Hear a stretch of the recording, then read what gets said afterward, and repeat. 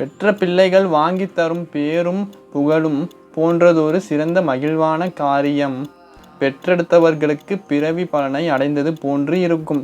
தன் பிள்ளைகள் எங்கும் துன்பத்தை அனுபவிக்காமல் மகிழ்வுடன் ஆனந்தமான வாழ்க்கையை வாழ வேண்டும் என்றே ஆசைப்படுவர். இந்த ஆசை பெற்றோராக இருப்பவர்களின் பெற்றவர்களும் ஆசை கொண்டிருப்பர்.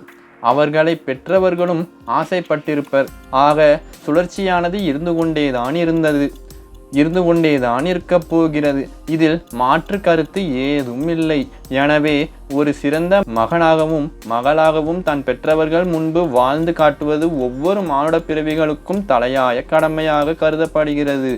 ஏன் இன்னும் சொல்ல போனால் பெற்றவர்களின் ஆயுள் கூட தான் பெற்ற பிள்ளைகள் மூலமே அதிகரிக்கும். ஆகையால் உன்னை பெற்றவர்களின் ஆயுள் கூட உன் கைகளில்தான் உள்ளது. நீ உன்னை பெற்றெடுத்தவர்களுக்கு பெருமையை தேடித் தரும் பொழுதும் அவர்களை மகிழ்வாக பார்த்து கொள்ளும் பொழுதும் அவர்களுடன் அன்புடன் ஆதரவுடனும் இருக்கும் பொழுதும் நிச்சயம் அவர்கள் மகிழ்வுடனும் மனநிறைவுடனும் இருப்பார்கள். அவர்களின் ஆனந்தத்தை வெறும் வார்த்தைகளால் விவரித்திட முடியாது. தனது பிள்ளைகளுக்காக எண்ணற்ற தியாகங்களை செய்தும் காயங்களை சந்தித்தும் சோகங்களை மறந்தும் வேதனைகளை மறைத்தும் புன்முறுவலோடு மேற்கொண்ட காரியங்கள் செய்து கொண்டேதான் இருக்கின்றனர்.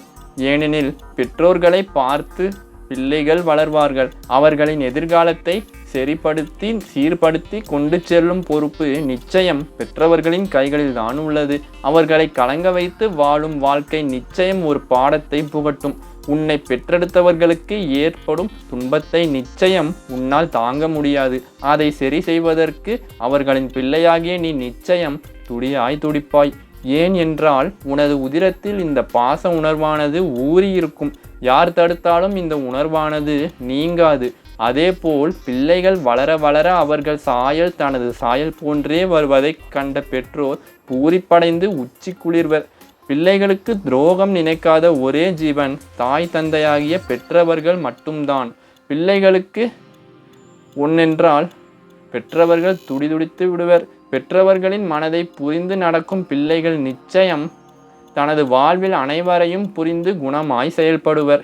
எவ்வளவு சறுக்கல்களும் வலிகளும் வேதனைகளும் வந்தாலும் அதை எதிர்த்து நின்று வென்று காட்டும் திறன் படைத்தவர்களாக மாறுவர். பெற்றவர்களை மதித்து அவர்களை பாசத்திற்கு அடிபணிந்து போகும் அனைத்து பிள்ளைகளும் வாழ்வில் நிச்சயம் ஓர் உயர்ந்த இடத்தை பிடிப்பர்.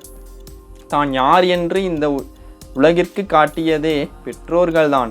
ஆகையால் பெற்றவர்கள் மூலம் வந்த நாம் பாசபந்தத்தோடு எப்பொழுதும் இணைந்தேதான் இருப்போம். பெற்றவர்களுக்கு எப்பொழுதும் உறுதுணையாக இருக்கும் ஒவ்வொரு பிள்ளைகளும் இந்த அகிலத்தில் போற்றத்தக்க மற்றும் பெருமைக்குரியவர்களாக கருதப்படுவர். பெற்றோர்களின் உலகமே பிள்ளைகள்தான். தனது பிள்ளைகளுக்காக எதை வேண்டுமென்றாலும் செய்ய துடிக்கும் மனமானது இயற்கையாகவே பெற்றோர்களுக்கு அமைந்துவிடும். பெற்றவர்களில் இருவரும் சரி சமமே. எப்படி இரு கண்களும் முக்கியமோ அதே போல தாய் தந்தை இருவரும் சமமே.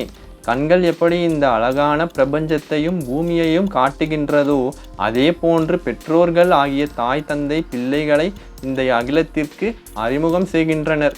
இந்த அகிலமே சுயநலத்திற்காகவும் சுயநலத்தை தாண்டி தனது பிள்ளைகளுக்காகவும் தான் இயங்கிக் கொண்டிருக்கிறது.